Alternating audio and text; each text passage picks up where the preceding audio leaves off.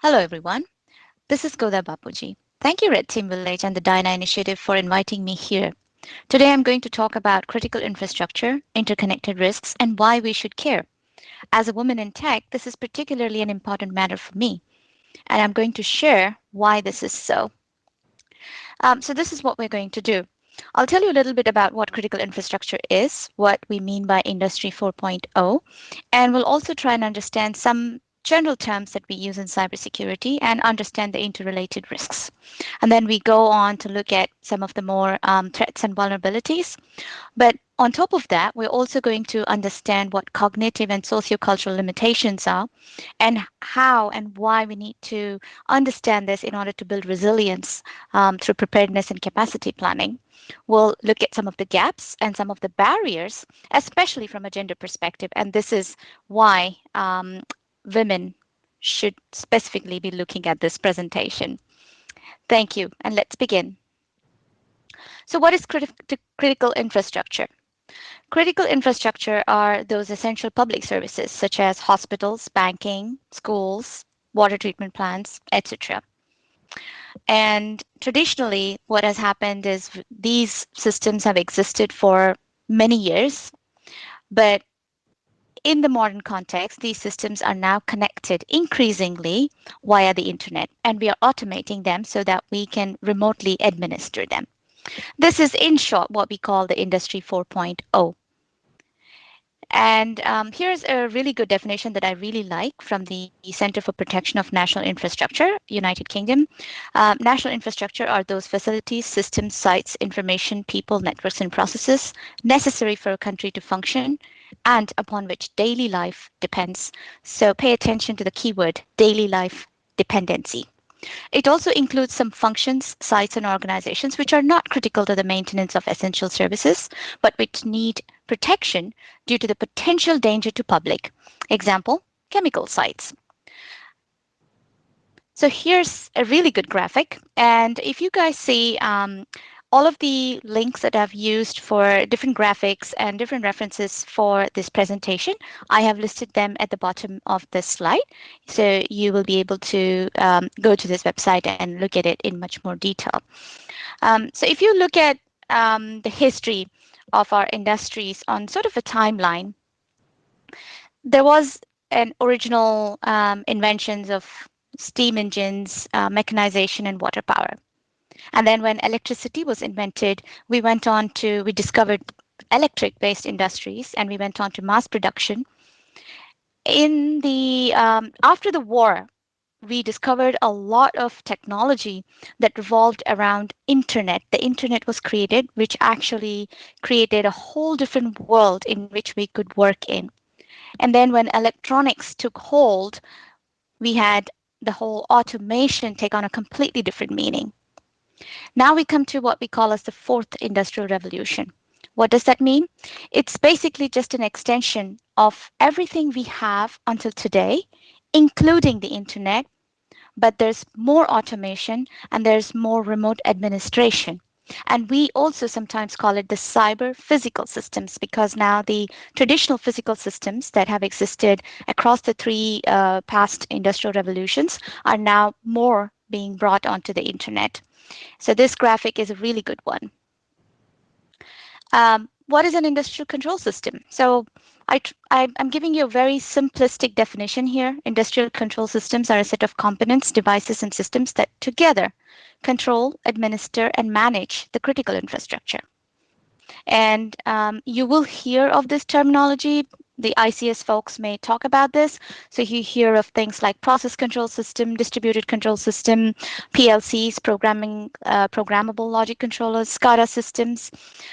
Just remember that these are all different systems that are now additionally accessible remotely via the internet on the cyber realm. I've been asked this question a few times. So ICS security, is it not the same as IT security? And of course, I've also heard a bit of confusion between IT security and information security. But here's the thing, ICS security varies from IT security because the attack vectors and the impact surface bleed into civilian lives. If you remember the first slide, our lives depend on the services that we receive from hospitals, banking, schools, and different infrastructure. So we depend on these services on a day-to-day basis, which means if something happens to any of these services, our lives directly get impacted. So as you can see, this is completely different from how a cyber attack may impact an IT infrastructure. And ICS basically works in two main types of scenarios. Now, this is, it goes to a bit of engineering terminology, and those of you folks who come from an engineering background might easily understand this. The two main scenarios are process-based industries and discrete-based industries. Now, what's happening is electrical and mechanical have converged on the cyber realm, which means previously whatever was protected through obscurity is now exposed because of the internet. And because the internet allows remote administration, we are able to control different aspects at the physical state remotely. So just imagine a pivoted attack in a process-based industry. The entire downward cycle gets impacted. Whereas in a typical industry, process-based industry or discrete-based industry, safety is a top priority. Then comes reliability of the process.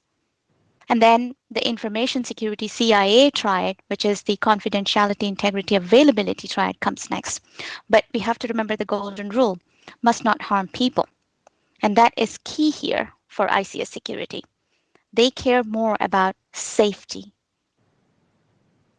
So here's a little graphic that I thought was really good and summarized the difference between process versus discrete-based industry.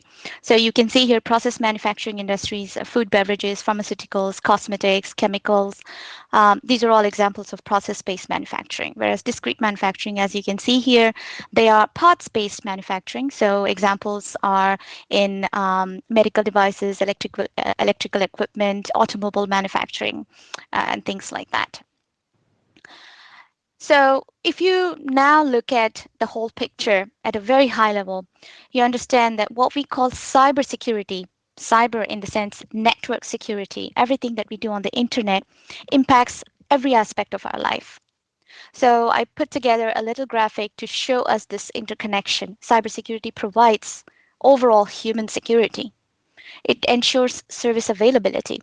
It assures integrity, and it impacts all of these services. Now, these are not exhaustively listed on this graphic, but you get the idea based on the previous discussion that we had. So why should we as civilians care? Well, I already told you that Internet of Things blurs the line between electrical and mechanical. And what we thought was previously secure because it was just a physical safety aspect and not on the internet, you could simply lock the door, put a padlock on it, and think it's secure. But now that is exposed on the internet. So the security through obscurity no longer seems valid, which also means that engineering, operational, architecture, and design professionals can no more say, oh, security does not impact us. Cyber attacks don't impact us. We cannot say that anymore, which means also that when operational folks, when engineers design infrastructures for cities and industrial systems, we not only have to think about safety, but we have to think about security and privacy as well, because our lives depend on these daily services. So what? What are the risks of connecting these devices to the internet? And there's that term that we used, Internet of Things. So you might be very familiar looking at these acronyms IoT and IIoT, Internet of Things and Industrial Internet of Things. Now here's a little question for you to think about. Do we really need our personal coffee maker, our toaster, our refrigerator, or our smart TV on the internet? Think about it. Is it necessary? I don't think it is.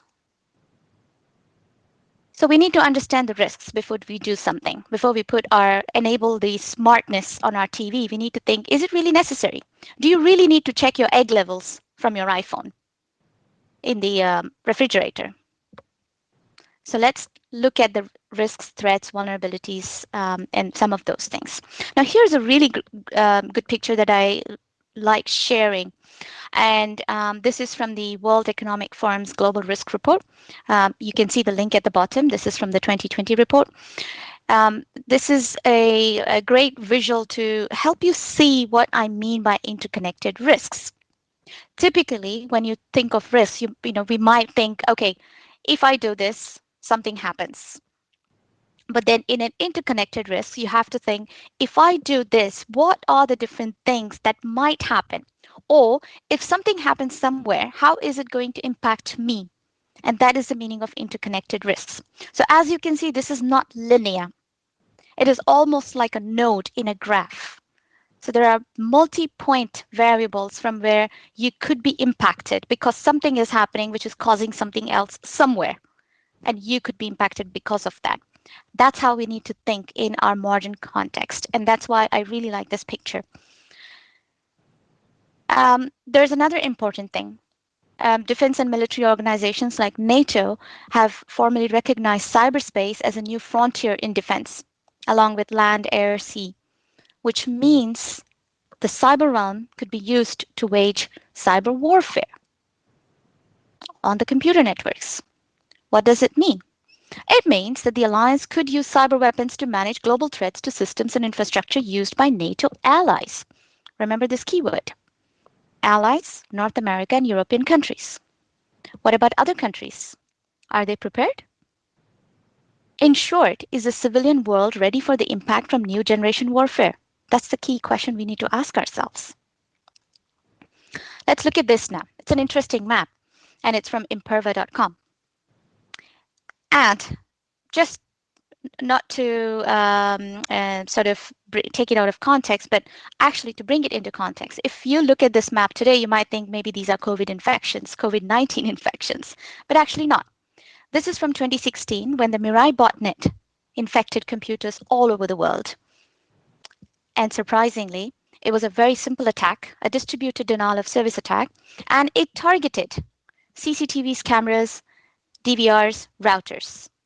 So you see what I mean of how pervasive internet attacks can get and control our lives. The International Federation of Red Cross actually helps us divide disasters into five big types. So you've got the geophysical disasters, you've got biological, you've got climate disaster, and you've got weather-related disasters, and you've got hydrological disasters. But think about this. On top of the existing disasters that we already know that are quite complex as it is, earthquakes, fires, tsunamis. On top of these things, think about the social inequities that exist in our societies. And then think about the irreversible damage we're doing to our ecosystems, to our biodiversity. And think about the unsustained, unhindered development policies that put profits over people. These are all the counteracting forces. On top of that, think about inequitable technological developments, which means if you don't really pay attention to the stuff that we're putting online, to the type of code we are writing, to the security and safety of our systems, when something happens, now think about the interrelated risks picture that I showed you. The innermost circle that you see, a geophysical disaster, like an earthquake, might impact internet systems, which means people who are already in poverty may not be able to access services that are provided online. COVID-19 has actually shown us how life can be during a global pandemic, something that affects everybody across the world. The entire world was shut down, but we all got along. We all kept together. One reason: we had the internet with us. But just imagine if the internet were to be impacted. The internet cannot become our single point of failure. And this is why it's important for us to pay attention to this fact. So what are the types of vulnerabilities that the internet faces, and why is this important? More than you can believe, the internet actually allows us to conduct several types of attacks. Sometimes human become the weakest links. Because what happens usually is we pay a lot of attention to installing SSL certificates, to doing our giving our great UX UI on our systems, but some of the core services that start at the physical level, or some of the core services that are at the database level, we typically tend to ignore them or forget them, or think that, oh, this is on the innermost network, nobody's able to access it. That's a typical excuse that we hear. But then just imagine, with more and more interconnected systems, it is harder for us to find out where the attack is coming from, which means we are not sure of the vectors of the attack. It could be from anywhere. And this graphic is really neat because it gives us sort of a high-level overview of the different types of attacks that could happen in an industrial system. On top of that, as you may already know, mobile phones have their own problems. They are not completely secure. Well, you might say, yeah, I'm going to turn off my locations setting in the settings, but turning off location settings does not completely resolve the issue. The device itself has location tracking abilities, and there are several issues within the device software itself. So mobile phones have their own set of problems that complicate issues further. So just think, if you're using the mobile phone to remotely administer your systems, your critical systems, that's not a very good idea. Over that, you've got networking protocols that have their own limitations. A lot of these protocols are legacy protocols. They have been written many years ago. Are they forward compatible? We try to patch them every now and then, right? We try to do our maintenance on our systems, yes, but inherently, a lot of these protocols have limitations within themselves.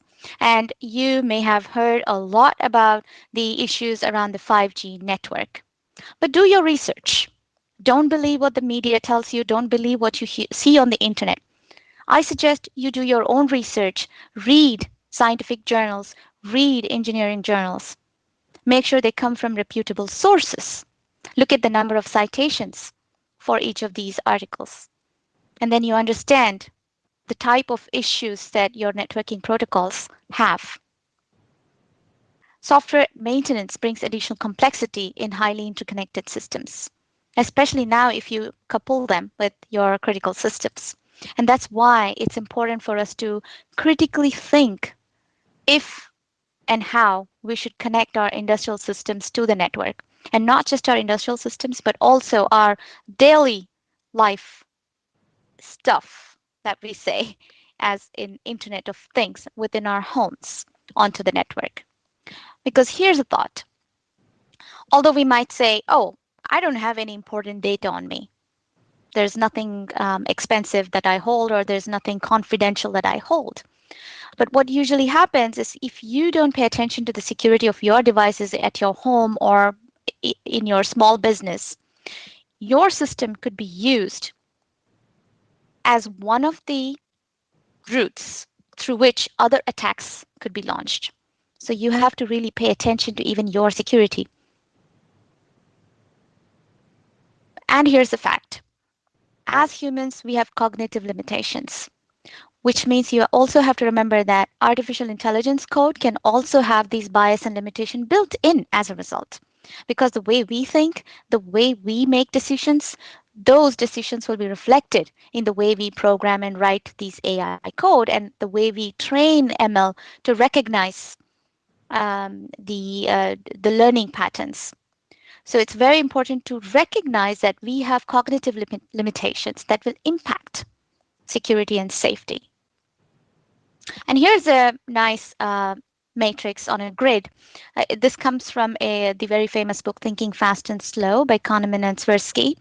And it's called a fourfold pattern of preferences. What it basically tells you is that as humans, we have fallacies, which means depending on whether we are winning or losing,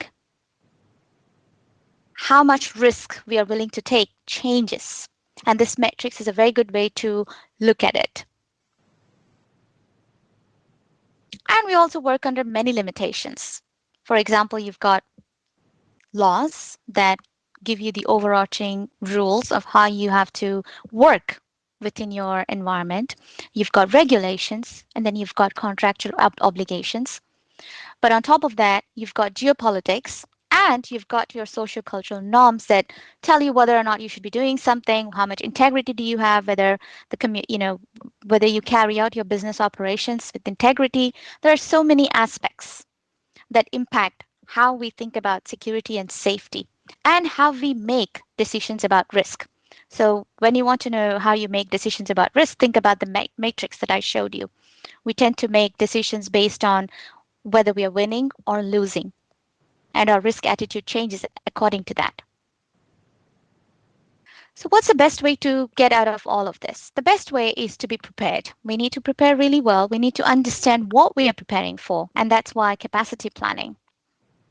One of the biggest deficiencies that I've noticed over the past, over 2 decades that I've been in the industry is that most of the companies, most of the organizations, many of us don't really have a tab on what our assets are, what our critical assets are, be it information, be it devices.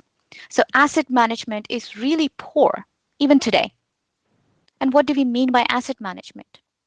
If you really don't know what your empire looks like or what your organization looks like, what are the key assets that you need to protect? What is important to you? If we don't have that classification, categorization, and prioritization, it is very hard to protect because you cannot literally protect, put a bubble around everything. So that's why asset recognition is very important. We need to characterize it based on priority. That way, it becomes easier for us to segregate our assets, give them priority in terms of security and confidentiality, and whether or not they have to be available 24/7. And depending on these decisions, we can then provide the relevant safety and security for these assets. Now that you have a very high level, a very quick overview of what critical infrastructure is, what do we mean by ICS, and how does cybersecurity relate to all of these things, you might be wondering, so what can I do to help protect our ICS? Of course, as I say here, you must join in the workforce for the future. Skills required to defend our ICS. Now, here are some of the skills that I recommend learning. The first, I would start with understanding network protocols and how they might differ in industrial systems. So take time to actually study network protocols. Take time to study operating systems, how the kernel and the core of the operating systems work, because most of the security vulnerabilities exist within this core. So it's very important for us to understand how legacy systems work, how new systems work, and what are the middle layer applications that connect these two. We really need to understand that. So you could start with that. On top of that, you could understand what policy and safety regulations mean in industrial zones. They look very different compared to the security policies that you might see in an IT sector. So it's very important for us to understand what these safety regulations are. And you also have to remember that every country has a different set, almost similar, but there could be some differences in the way a country recognizes their critical infrastructure. In some countries, for example, there are about in the US, we have about 16 sectors that we classify under critical infrastructure. In UK, I think we have 13. So you have to understand the definition of critical infrastructure, whilst remains the same, what is designated as a critical infrastructure may vary between countries. So it would be a nice step forward to understand, apart from the policies and regulations in industrial zones, what are critical sectors in each of these countries that you're working with. So it would be nice to learn that. And some of the basic things, it's good to understand how electrical, electronic, and mechanical devices work together in industrial systems. So it might be really nice, perhaps if you're considering taking a degree now, you're at that stage, then maybe you should consider an engineering degree. You could study engineering. So, the question, how does engineering relate to cybersecurity? Will I become a hacker? Yes, that's not the question to think about. Now, that is a very single focused question. You have to think about interconnected risks. You have to think about all these things that I have shared in the past few minutes to say, why should I be looking at these things and how does it relate with cybersecurity? The next one, understanding risks, vulnerabilities, threats, and impact on communities due to an industrial system failure. Now, I've told you about the different aspects of why industrial security and critical systems are important to us as civilians, which means we have to understand the interconnected risks that these systems bring if they are on the internet and available via remote administration. If something fails in these systems, how does it impact our daily life? So, one example is a water treatment plant. What happens if a water treatment plant, the actuator goes shuts off? Maybe the sewage system doesn't work. Our water systems get polluted. Just imagine what might come out of your tap. Is it safe enough to drink? So you have to think about interconnections at that level. Start from the industry, think about your own life, and think about how these two things are connected now. We cannot only think about information in the modern context. We have to think about physical safety and security. Therefore, we have to understand what are the defenses, what do we mean by business continuity, and what do we actually mean by resilience for each of these systems. Which means when something happens, do we have a backup plan? If the internet were to go down in a certain part of the region, do we have backup of working without the internet? It almost seems pervasive how we tend to Google everything. Can you do that? Can you think of options and solutions without Googling? Do you have access to telephone directories and information at your fingertips, written down somewhere? Do you have a physical backup of things? These are the type of things that you have to think about in order to become resilient in the modern context. And that's why this matters. Beyond all these things, you also have to understand the cultures and geopolitics of the world. What's going on in the world is very important because what happens elsewhere will now impact our lives directly, be it a health pandemic or be it a cybersecurity issue. We really have to pay attention to what is going on in the world, which means we have to understand the politics that's going on in the world and how those politics can play into the services that we have and perhaps how the services could be used as a tool to conduct cyber warfare. Now, this is not an endorsement of AWS, but I just thought because I really like these services and they're one of my favorites, I thought I should share this with you. So pick up your favorite cloud service any from any vendor and look at what type of cloud services they offer, what type of specifically with respect to IoT and ICS. Look at what software they offer, look at what kind of equipment and devices they offer, and maybe go ahead and learn the skills because these are the type of skills we'll need for the future. And you could learn about threat modeling. That's a nice start as well to understand what exactly happens in the mind of an attacker and how do you go about resolving that or counter attacking that or defending that. So this slide gives you some sort of a start to that with a few links here. Some of my favorite links. But also, if you look at this little graphic on the right-hand side, you see that the adversary group uses techniques, and this is by MITRE. The techniques accomplish certain tactics, and the adversary group also uses software and social engineering to achieve what they want to achieve in terms of a cyber attack. So this is a really nice graphic, and I highly recommend going through the MITRE attack and the cyber kill chain to understand how exactly an attacker thinks so that you can defend in the same way by following the tracks. Now, I mentioned about geopolitics. So this is another area where I would highly recommend you looking into. It's international relations and international security. Take these courses, get a degree maybe, and study how nations perceive cybersecurity. It's a very different lens you'll get by studying international relations and world politics and security at a global level to understand how countries think about cybersecurity. What kind of systems do they have in place? So you're taking a very high level view at security. And it helps you understand the interconnections when you zoom out and look at things from a higher level. And then you also understand what type of international laws apply to the field of cybersecurity. So here I recommend a good place to start would be the NATO website. They have wonderful resources for you to go look at and study if you like. The Talent 2.0 manual is also a great start, is one of my favorite places to understand cyber laws. It is available online, so you could look at the online resource and look at all the different laws that they have created. It is not a binding law, but it is sort of put together as a guidance for the cybersecurity community.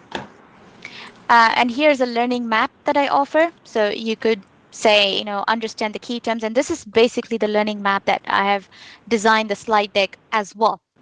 So make sure you use this as sort of help to might help you go from point to point in navigating the cybersecurity field. And now the next thing is to understand gaps, why and how all these matter, and what are the issues we face today. So we've already talked about this. Digital technologies increasingly feature in what we call the asymmetric warfare. What is asymmetric warfare? They are attacks by smaller countries and less powerful countries and non-state actors on larger, powerful states. So you can look at more at this in the Global Risks Report from the World Economic Forum. Very important point to remember is war zones are now no longer limited to a distinct geographic area. Because of how industrial systems are now connected on cyber realm, cyber warfare can actually impact our physical lives. And that's why I say war zones are no longer limited to a geographic area. Now, here's the state. And this is why it's important for us to pay attention to the cybersecurity workforce. This is a report from 2019 from ISC Squared. And the report clearly shows us that there aren't enough people to monitor, prevent, and deter cyberspace. And this is a picture that you can see by region, by different regions of the workforce gap in each of these regions.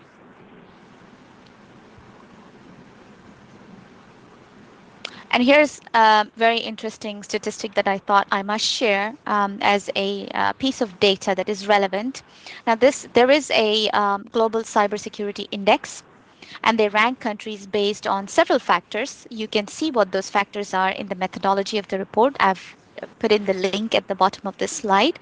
But according to the 2018 report, India regionally in the Asia Pacific region ranks number 10, and globally it ranks 47 on Global Cybersecurity Index ranking, which means this tells us there is a lot of work to do for us to prepare to become much more proactive and resilient as a country to secure the resources and our people.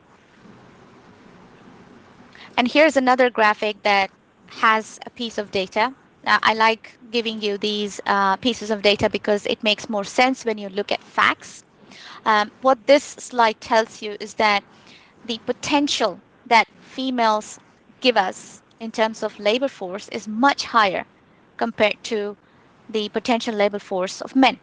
And this is quite consistent across the different income groups, as you can see here. And I've marked it with the red blocks here. So this effectively means that we must match potential to workforce gaps. So you saw the previous slide where I said that we don't have enough cybersecurity professionals in our workforce to protect and defend our countries. And here in this slide, you're seeing that there are women available who are ready to contribute to the workforce, but we are not utilizing their services and skills in the right way. There is a gap between the supply and the demand. So we must close this gap. So why aren't we able to close these gaps? Because there are barriers. What are those barriers? Now, I haven't tried to be very exhaustive in listing out the barriers, but here are some of my favorites. Women in STEM. Now, although we think by if you try to Google data on women in science and technology fields, we might be under an impression that let's say a country like India has many women in engineering streams, but that does not actually translate to quality outcomes in terms of workforce. So there is still a gap.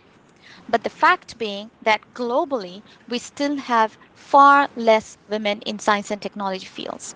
And without onboarding women into STEM fields, we will not be able to close the highly skilled workforce gaps that cybersecurity requires. And without women already in these STEM fields, we will not be able to mentor women for future positions, which means it becomes our duty, all the women that are in the field today, for example, someone like me, it becomes my duty to be available to mentor other women for future positions. And this is another graphic that's really interesting. It's from a cyber crime magazine, as you can see here, is that they anticipate. Um, so this is the current state of women, and they anticipate that we'll have roughly about 3.5 million women in by 2021, although no one might have anticipated the COVID-19 global pandemic, which means all of the numbers that have been projected before 2020 are literally in a manner of skew now because of the pandemic. So the numbers vary. Now, here's another graphic that tells you the male versus female cybersecurity workforce composition by region. So if you look at Asia Pacific, there's only 10% of the population are female in cybersecurity workforce. Whereas if you look at North America, although it's not very great, but it's 14%. So you have to look at all of this data to understand why having women in cybersecurity is such an important topic for us and why we have to really work towards it. This is another graphic that shows the ratio of men versus women in the types of roles that they do. And then, as you can see, um, engineering, data, AI, engineering, and cloud computing, it progressively gets lesser and lesser. So you've got barely 12% of females working in cloud computing. So these are some of the more granular data that you can look at to understand where gaps exist and what are those areas that you can potentially get into as you think about workforce, joining the workforce, and about learning skills that are relevant to help you get into that workforce. Here's another graph that tells where are male and female distributed across different roles. So you can see the blue slice of pie that you see is a share of women across all of those roles that you see here. And the rest is all dominated by men, which means we really have a lot of work to do as women. But it's not just about women not getting into STEM enough, or it's not about women not being in the workforce enough. There are issues why women aren't able to get into STEM. And there are issues why women aren't in the workforce as we might want them to. And one of those issues comes around to gender discrimination. And this is a piece of data that you can see here that shows unconscious discrimination as the major reason that women do not continue to thrive in the industry. And that's a pretty high number, 87% of unconscious discrimination. What does it mean? That means we don't even realize that we are discriminating women. 87% of women think that there's a lot of unconscious discrimination. This is one of the most easiest one that we can tackle by understanding that as human beings, we have bias and fallacies. And by recognizing those bias and fallacies, we can actually overcome some of this unconscious discrimination. And then across the other factors, we can definitely work through gender policies within our organizations, even within IT and cybersecurity organizations, to make sure that there are good gender policies to support women, to support your colleagues, women colleagues, and mentor them and make sure that they feel wanted and invited as part of the team across different roles. So, some of the suggestions that I have is we really have to mentor women. We have to help them. We have to recognize, to begin with, what are the barriers that women face. And some of these barriers will be easy to tackle through policies and sometimes by education and awareness. Those are some of the easiest ones that we can resolve. But then there are the harder ones. The harder ones are getting more women into STEM. Even harder ones are in certain part of the culture. Perhaps a woman has difficulty staying in her field of work because either she's of a marriageable age or she needs to get married or she needs to have children. There are different social and cultural norms that bind women to duties, that the gender stereotypical duties that we ask of them. So perhaps by becoming aware and creating policies that are much more conducive and women friendly, we'll be able to have more women and retain more women in our industry in cybersecurity.